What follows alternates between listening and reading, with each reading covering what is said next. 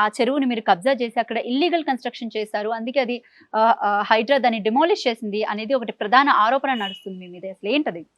నేను బహుశా ఇది శనివారం రోజు జరిగింది, అంటే 3 days బ్యాక్. అప్పటి నుంచి కూడా అన్ని రకాల మీడియా ద్వారా నేను ప్రజలకు కూడా తెలియజేసే ప్రయత్నం చేస్తూ ఉన్నాను. మొట్టమొదటి విషయం ఏంటంటే, ఇది కబ్జా అనే విషయాన్ని పదం చాలా తప్పు పదం. ఈరోజు మీడియా సంస్థలు కావచ్చు, ఈవెన్ హైడ్రా అధికారులు వాడుతూ ఉన్నారు. చాలా న్యూస్ పేపర్స్ లో దాని గురించి ఎంక్రోచ్మెంట్ అది ఎంక్రోచ్మెంట్ చేసి దాని మీద దాని దగ్గర ఇల్లీగల్ కన్స్ట్రక్షన్ చేశారు, తప్పుడు కథనాలు సృష్టించే ప్రయత్నం చేస్తా ఉన్నారు.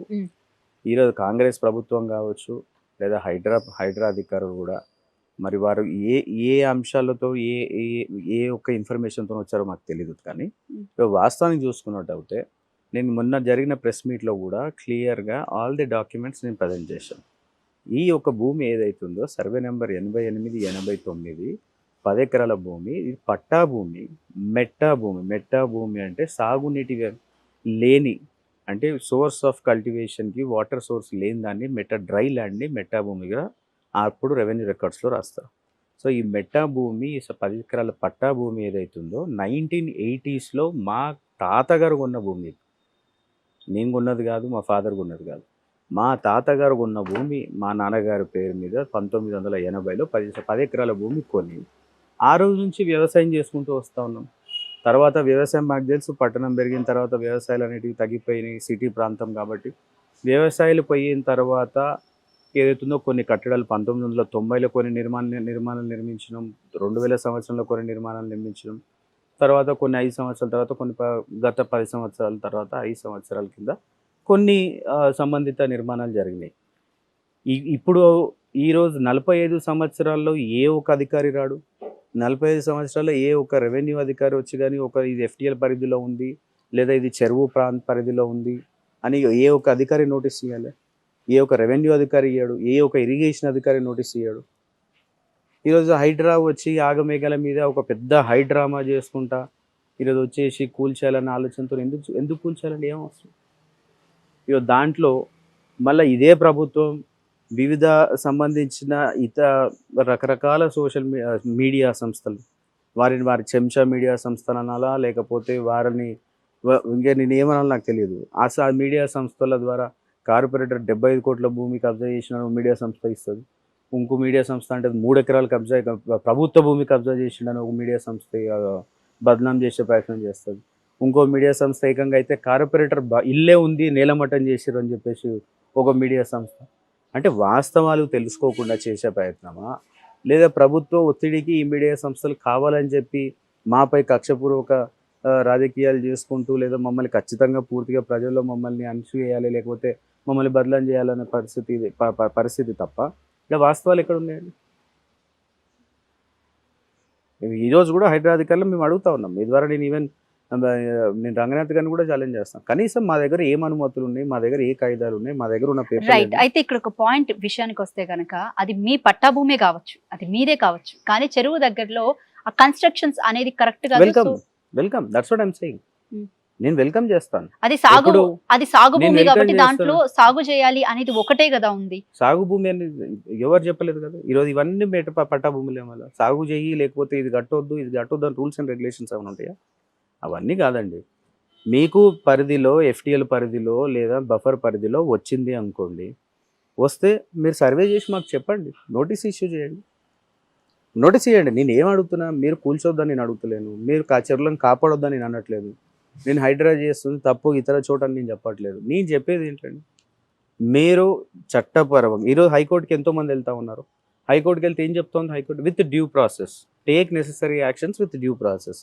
ఈరోజు నిజంగా ఎఫ్టీఎల్లో ఉందా సర్వే చేసి కూల్చండి అని చెప్తుంది కోర్టు, కాదంటలేను. కానీ డ్యూ ప్రాసెస్ మీరు ఇప్పుడు హైడ్రా నిజంగానే కరెక్ట్గా విధానంగా పనిచేస్తే అందరికీ న్యాయంగా పనిచేసే అవకాశం ఉంటే, మొన్న జరిగిన ఏదైతుందో రేవంత్ రెడ్డి సోదరుడు తిరుపతి రెడ్డి ఇల్లు బాగా బఫర్ జోన్లో వస్తుంది, నోటీస్ మాదాపూర్లో అన్నారు, నోటీస్ ఇష్యూ చేసినాం అన్నారు. నెల రోజులు టైం ఇస్తారు కాల్ చేయడానికి. మళ్ళీ ఇక్కడ ఏం అన్యాయం జరిగింది? మేమేం తప్పు చేసినాం? అక్కడ ఒక న్యాయం ఇక్కడ ఒక న్యాయమా? ఈరోజు ఇతర బీఆర్ఎస్ పార్టీకి సంబంధించిన నేతలు కావచ్చు, ఇదే ఇతర కాంగ్రెస్ పార్టీకి సంబంధించిన నేతలకేమో కాలేజీలు ఉన్నా నోటీసులు ఇస్తావు, కోర్టుకు అవకాశం కల్పిస్తావు.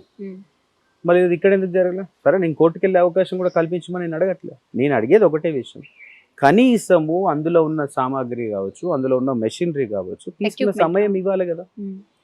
ఈరోజు ఒక రన్నింగ్ ఇండస్ట్రీస్, నీ కాలేజీలో పిల్లల భవిష్యత్తు కోసం ఆలోచన చేసి 6 నెలలు మేము ఏ కాలేజీలో ముట్టదలుచుకోలేదని చెప్తా ఉన్నావు కదా. మళ్ళీ ఇక్కడ వందల మంది ఇక్కడ నువ్వు కూల్చిన పరిశ్రమలు దాదాపు 10-20 పరిశ్రమలు, 12-14 పరిశ్రమలు ఏవైతే ఉన్నాయో ఇందులో సుమారుగా 500-600 మంది కార్మికులు పనిచేస్తా ఉన్నారు. ఈరోజు వాళ్ళు బతికేంది. ప్లస్ దీంట్లో నడుపుకున్న వారంతా కూడా మధ్యతరగతికి సంబంధించిన వాళ్ళు, వారి సొంత జీవన ఉపాధి కోసం చిన్న చిన్న పరిశ్రమలు ఏర్పాటు చేసుకొని వాటిపై వాళ్ళ జీవన ఉపాధి కలుపుంది. లోన్లు తీసుకొచ్చి మెషిన్లు కొనుక్కొచ్చుకొని చిన్న చిన్న కార్యక్రమాలు, వాటర్ ప్యాకెట్స్ తయారీ కానీ, చిన్న చాక్లెట్ తయారీ కంపెనీలు కానీ ఇవి పెట్టుకున్నారు కదా. మళ్ళీ వారి పరిస్థితి ఏంటి? ఏ అధికారంతో మీరు కూల్చేస్తూ ఉన్నారు? ఈరోజు పేద ప్రజలను వదలట్లేరు. ఈరోజు చాలా చోట్లలో చూస్తూ ఉన్నాం, సిటీ ప్రాంతంలో చెరువులో ఇదే FTLలో ఉన్నాయని చెప్పి గతంలో కాంగ్రెస్ ప్రభుత్వం ఇచ్చిన 60 గజాలు 80 గజాల పట్టాలనే ఈరోజు వెళ్ళి మళ్ళీ హైడ్రా పేరుతోని చెరువు FTL బౌండరీ అని పేరుతో కూల్చే ప్రయత్నం చేస్తూ ఉన్నారు. ఈరోజు వేలాది మంది కుటుంబాలకి, పేద కుటుంబాలకి నోటీసులు ఇస్తూ ఉన్నారు. ఎంతవరకు కరెక్ట్ ఇది? పేరుకి షో చేసుకోవడానికి నీ అవసరం ఉన్న వారికి నోటీసులు ఇచ్చేసి నా తమ్ముడినైనా వదులుతాను, నా కుటుంబ సభ్యులైనా వదులుతలేను, లేకపోతే హీరోనైనా వదులుతాను, సెలబ్రిటీనైనా వదులుతలేను అని చెప్తా ఉన్నావు. కానీ ఈ హైడ్రాని ఈ తతంగం అడ్డం పెట్టుకొని ఈరోజు రాజకీయ కక్ష తీర్చుకుంటుండు కాంగ్రెస్ పార్టీ, రేవంత్ రెడ్డి అని చెప్పొచ్చు. రైట్. అయితే ఈ హైడ్రా విషయానికి వస్తే కనుక ఏదైతే ఈ కొన్ని ప్రభుత్వానికి సంబంధించినటువంటి బిల్డింగ్సే నాలాల మధ్యలో ఉండడం కానివ్వండి, లేకపోతే బఫర్ జోన్లో ఉండడం. ఇప్పుడు ఈరోజు ఈ నెక్లెస్ రోడ్ అంతా చూసుకుంటే కనుక ఈ రాణిగంజ్ మొత్తం దాని వైపు చుట్టూరు కూడా చాలా మంది నేతలు అంటే చేస్తున్నటువంటి ఆరోపణలు, అంటే ముఖ్యంగా బీజేపీ నేతలే చేస్తున్నటువంటి ఆరోపణలు, సెక్రటేరియట్ కానివ్వండి, ఇటు NTR ఘాట్ కానివ్వండి, లేకపోతే రాజీవ్ గాంధీ విగ్రహం కూడా బఫర్ జోన్లోనే ఉంది అంటున్నారు. సో వాటి మీద మీ కామెంట్స్ అండి? Comments it's naked ice. ఇదే రంగనాథ్ గారు అంటారు కదా, FTL పరిధిలో ఉందో లేదో అనేది నేకెడ్ ఐస్ తో చూస్తే బుద్ధ భవన్ కూడా అదే నేను చెప్పబోతా ఉన్నా. నేకెడ్ ఐస్ తో చూస్తే చెప్పేయచ్చు FTL పరిధిలో ఉందో లేదో, మనం దానికి పెద్ద పేపర్లు కూడా అవసరం లేదు, మా డ్రాయింగ్ లో అవసరం లేదు అంటున్నాడు కదా. మళ్ళీ ఆయన రోజు కూర్చొని ఆఫీస్లోకి ఆయన కనిపిస్తలేదు, ఆయన బుద్ధ భవన్ కూడా ఈరోజు FTL లో ఉందని చెప్పేసి, చెరువులో ఉందని చెప్పేసి. వాస్తవానికి ఈరోజు గతంలో సిటీ డెవలప్ అవుతున్న క్రమంలో చాలా దగ్గర నిర్మాణాలు చేపట్టారు. చాలా చెరువులు, కుంటలు కొన్ని జరిగినాయి, కొన్ని ముందుకు జరగడము, లేదా కొన్ని పూడ్చడం జరిగింది, రకరకాలుగా జరిగినాయి. ఈరోజు మీరు చెప్తున్నాడు ప్రభుత్వ భవనాలే ఈరోజు FTL బౌండరీలో కావచ్చు, లేకపోతే చెరువు ప్రాంతంలో ఉన్నాయి. వాళ్ళు వాటిని తీసుకోమనండి, ఫస్ట్ వాటిని తీసుకొచ్చి పేదవాళ్ళ దగ్గర రమ్మనండి. పేద ప్రజలను ఇబ్బంది పెట్టడానికి ఎక్కడ ప్రభుత్వం అనేది? పేద ప్రజలను కాపాడుకోవాలి ప్రభుత్వం అనేది. ఈరోజు ఇబ్బంది పెట్టేది ప్రభుత్వం కాదు. ఈరోజు పేద ప్రజలను కాపాడుకోవాల్సిన బాధ్యత ఈరోజు ప్రభుత్వందా, లేకపోతే ఇబ్బంది పెట్టే బాధ్యత? అలాగే ఈ ఉస్మాన్ సాగర్, హిమాయత్ సాగర్ చుట్టూ ఏదైతే మొయినాబాద్ కానివ్వండి, లేకపోతే ఇటు గండిపేట చుట్టూ కూడా చాలా మంది బడా నాయకులకి సంబంధించి ఫామ్ హౌస్లు అవి ఉన్నాయి. సో వాటి మీద కూడా అంటే వాటికి నోటీసులు ఇచ్చి కూడా ముందుకు వెళ్తున్నటువంటి సందర్భం కనబడుతుంది. సో అవి నిజంగా ఎవరు నోటీసులు ఇవ్వలేరు. మీరు అన్నట్టు గండిపేట చుట్టూ ప్రాంతంలో కావచ్చు, హిమాయత్ సాగర్ చుట్టూ ప్రాంతంలో కావచ్చు, మీరు అన్న విషయం వాస్తవం. చాలా మంది బడా బాబులకు సంబంధించి వారి పార్టీకి సంబంధించిన నాయకులకే చాలా ఫామ్ హౌస్లు ఉన్నాయి, విలాసవంతమైన రిసార్ట్లు ఉన్నాయి, ఫామ్ హౌస్లు ఉన్నాయి, అన్ని ఉన్నాయి. కానీ ఇప్పటివరకు ఎవరికి వాళ్ళు నోటీస్ ఇవ్వలేదు, ఇప్పటివరకు కూల్చే ప్రయత్నాలు చేయలేదు. కేవలం ఒక జన్వాడ ఫామ్ హౌస్కి వెళ్ళి సర్వే చేస్తున్నామని చెప్పి చేసి వచ్చారు తప్ప, అది గోడ వరకే కదా, గోడ వరకే అదే సర్వే చేసి వచ్చారు తప్ప, ఆ ఫ్యాక్ట్స్ ఏంటి అనేది నాకు తెలియదు, సర్వే చేసి వచ్చారు. కానీ ఇతర ఏ ఒక నాయకునికి సంబంధించిన ఫామ్ హౌస్లు కావచ్చు, రిసార్ట్లు కావచ్చు, వీళ్ళు ఎక్కడ పోలేదు, వీరు ఎవరికి నోటీసులు అనేది ఇవ్వలేదు. వీరు ఎంతసేపు కూడా నేను ఏం చెప్తా ఉన్నాను, వీరు ఎంతసేపు కూడా పేద ప్రజలను ఇబ్బంది పెట్టే ప్రయత్నం, పేద ప్రజలకు నోటీసులు ఇస్తూ ఉన్నారు, ఈరోజు వాళ్ళని ఇబ్బంది పెట్టే ప్రయత్నం చేస్తూ ఉన్నారు తప్ప లోపల మాత్రం బడా బాబులను మాత్రం టచ్ చేసే పరిస్థితిలో వీళ్ళు.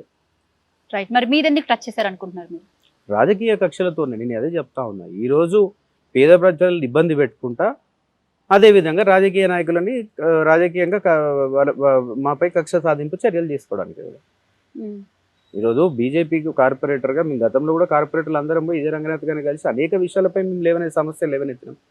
ఈరోజు స్థానిక శాస్త్రం అనేక విషయాలపై మేము ఈరోజు సమస్యలు లేవనెత్తి అనేక అంశాలు వారు తీసుకోవాల్సినవి ఏవైతున్నాయో ఈరోజు ఎంఐఎం పట్ల కావచ్చు, ఎంఐఎం సంబంధించిన నేతలకు సంబంధించిన కాలేజీలు, నర్సింగ్ హోమ్లు కావచ్చు, లేదా ఇతర భవనాలకు సంబంధించి సిటీలో ప్రాంతంలో ఉన్న భవనాలకు సంబంధించి కూడా మేము లేవనెత్తిన అనేక అంశాలను వాళ్ళతో ఈరోజు వాళ్ళ దృష్టికి తీసుకెళ్ళి కొన్ని సమస్యల గురించి లేవనెత్తిన అంశాలు లేవనెత్తిన అంశాలు కూడా ఉన్నాయి.